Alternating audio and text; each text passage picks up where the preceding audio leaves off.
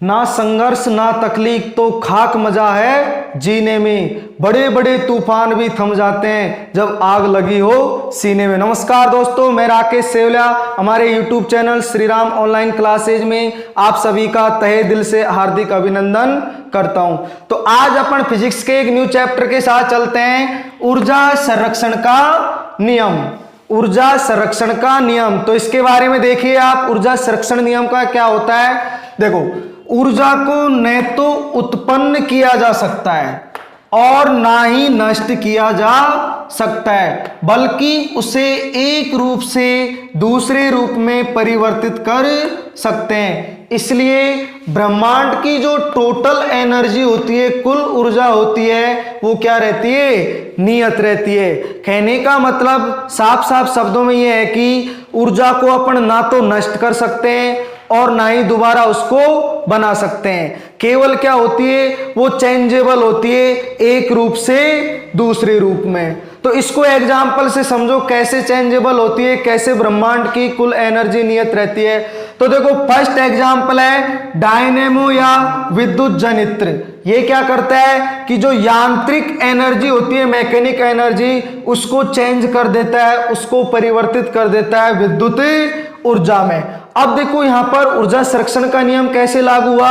देखो, जब भी डायनेमो या जनित्र होता है तो क्या होता है कि उसमें यांत्रिक वर्क होता है। जब उसके पार्ट्स फिरते हैं, चक्कर लगाते हैं, तो वो यांत्रिक कार्य होता है, यांत्रिक एनर्जी होता है। और जैसे ही यांत्रिक कार्य संपन्न होता है तो क्या होता है? विद्युत ऊर्जा उत्पन्न हो जाती है, जिससे अपन मोटर वगैरह बहुत सारे यूज कर सकते हैं। दूसरा एग्जांपल देखो, विद्युत मोटर।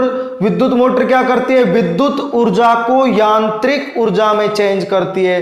कैसे? देखो, इसमें ऊर्जा संरक्षण का नियम कैसे लागू हुआ। आपके घर में जो मोटर होती है वो क्या करती है? जब अपन उसमें विद्युत धारा प्रवाहित करते हैं तो क्या होता है? उसमें यांत्रिक वर्क होता है, उसके पार्ट्स फिरते हैं। तो देखो क्या हुआ, विद्युत, अपन ने जैसे ही मोटर में विद्युत प्रवाहित की तो मोटर ने घूमना शुरू किया, तो क्या हुआ? यांत्रिक कार्य हुआ, यांत्रिक ऊर्जा हुआ। उसी के कारण तो क्या होता है कि मोटर के द्वारा पानी लाया जा सकता है नीचे से ऊपर। तो क्या होगा? विद्युत ऊर्जा को चेंज कर दिया यांत्रिक ऊर्जा में। तो अपन ने विद्युत ऊर्जा प्रदान करी और बाद में वो चेंज हो गई यांत्रिक ऊर्जा में। तो देखो, पहले की ऊर्जा और लास्ट की ऊर्जा, पहले की विद्युत ऊर्जा चेंज हो गई यांत्रिक ऊर्जा में, तो लागू हो गया ऊर्जा संरक्षण का नियम। तीसरा एग्जांपल देखो, लाउड स्पीकर। लाउड स्पीकर क्या करता है? विद्युत ऊर्जा को ध्वनि ऊर्जा में। जो लाउड स्पीकर होता है, बड़े बड़े स्पीकर होते हैं, उसमें बोले जाते हैं, तो उसमें देखो लाइट प्रवाहित की जाती है, विद्युत धारा। फिर क्या होता है कि जैसे ही विद्युत धारा प्रवाहित की जाती है, अपन बोलते हैं तो उसकी ध्वनि अपन को दूर तक सुनाई देती है। वो यही कारण है, जैसे ही अपन ने लाउड स्पीकर में विद्युत ऊर्जा प्रवाहित की, वो चेंज हो गई ध्वनि ऊर्जा में। तो देखो क्या हुआ, ऊर्जा संरक्षण का नियम लागू हो गया। विद्युत ऊर्जा किसमें चेंजेबल हो गई? ध्वनि ऊर्जा में। अगला एग्जाम्पल देखो, माइक्रोफोन। इसका जस्ट उल्टा हो जाएगा कि ध्वनि ऊर्जा को विद्युत ऊर्जा में।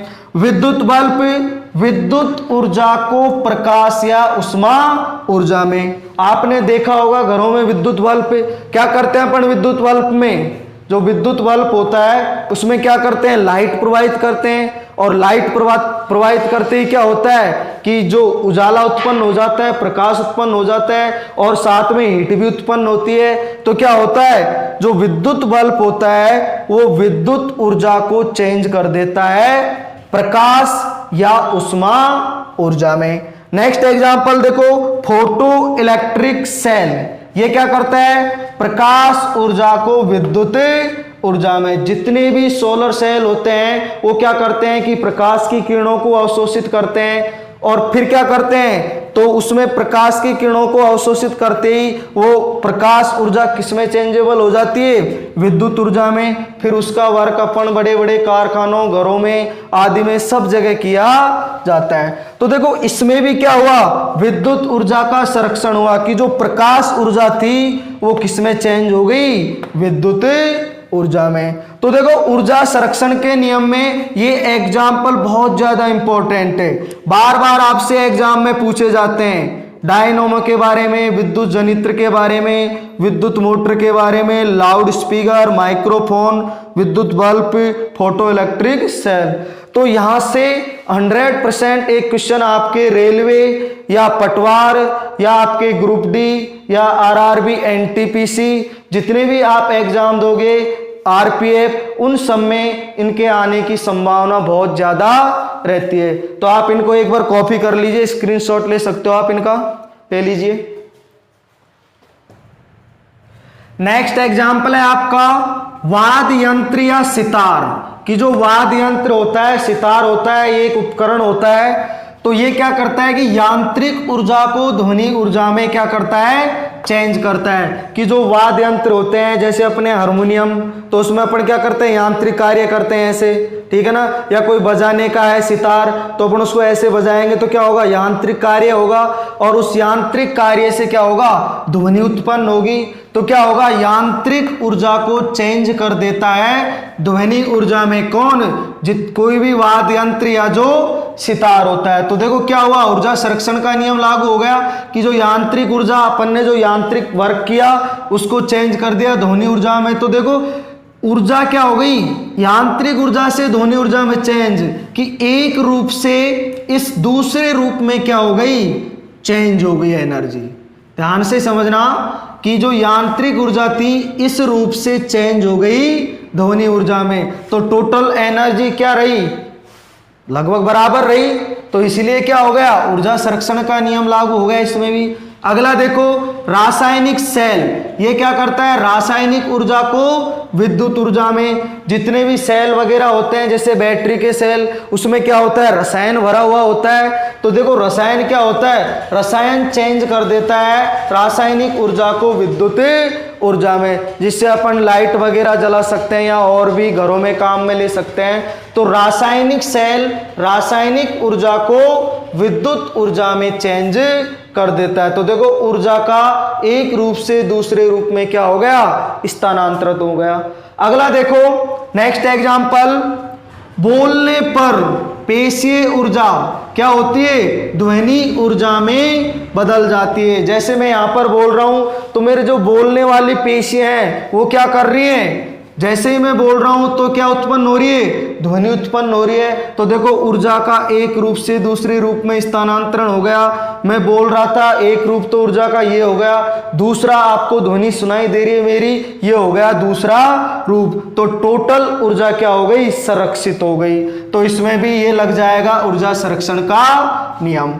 नेक्स्ट एग्जांपल देखो, चलने पर पेशीय ऊर्जा किसमें चेंज हो जाती है, गतिज ऊर्जा में। जैसे मैं इस पे ऐसे चल रहा हूं तो क्या हो रहा है कि जो पेशी काम कर रही है, जो पेशी मांसपेशी है, जैसे ही मैं चल रहा हूं तो किसमें चेंज हो गई, गतिज ऊर्जा में चेंज हो गई। तो क्या हुआ कि जब भी चलते हैं तो अपने शरीर की जो पेशियां होती हैं वो एनर्जी उत्पन्न करती हैं, वो उत्पन्न किसमें चेंज हो जाती है, गतिज ऊर्जा में बदल देती है। नेक्स्ट एग्जाम्पल देखो, प्रकाश संश्लेषण के समय सौर ऊर्जा रासायनिक ऊर्जा में। प्रकाश संश्लेषण क्या होता है कि जितने भी पेड़ पौधे वगैरह होते हैं जो प्रकाश की उपस्थिति में क्या करते हैं, अपना भोजन तैयार करते हैं, अपना भोजन बनाते हैं। तो उस टाइम किसकी आवश्यकता होती है, प्रकाश के सूर्य की आवश्यकता होती है। प्रकाश का सूर्य जैसे ही अभिक्रिया करता है तो वो सौर ऊर्जा किसमें चेंज हो जाती है, प्रकाश ऊर्जा रासायनिक ऊर्जा में। नेक्स्ट देखो मोमबत्ती,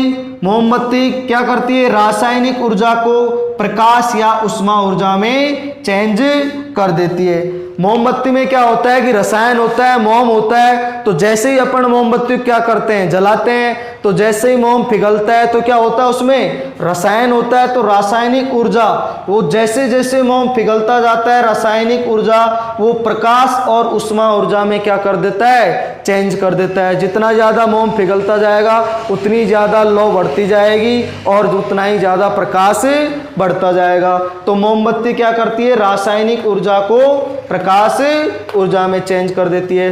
नेक्स्ट एग्जांपल देखो ट्यूबलाइट का। ट्यूबलाइट क्या करती है, ट्यूबलाइट करती है विद्युत ऊर्जा को प्रकाश या उष्मा ऊर्जा में।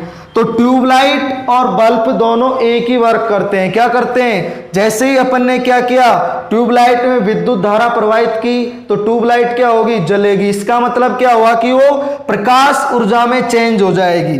विद्युत ऊर्जा किसमें चेंज हो जाएगी? प्रकाश ऊर्जा में। और साथ साथ में आप उष्मा ऊर्जा भी बोल सकते हो कि विद्युत ऊर्जा को चेंज कर दिया प्रकाश और उष्मा ऊर्जा में। तो ये हैं आपके जितने भी इंपॉर्टेंट एग्जाम्पल जो आपसे एग्जाम में बार बार पूछे जाते हैं, चाहे कोई सा भी एग्जाम हो। ठीक है दोस्तों, आज के लिए इतना ही। यदि वीडियो पसंद आए तो हमारे वीडियो को लाइक, शेयर और सब्सक्राइब जरूर करना। और जितने भी अपने दोस्त हैं, जितने भी मिलने वाले हैं, सबको वीडियो को शेयर कर देना, ताकि हमारी जो स्पेशल साइंस चल रही है उसका लाभ उन सभी को मिल सके। Thank you.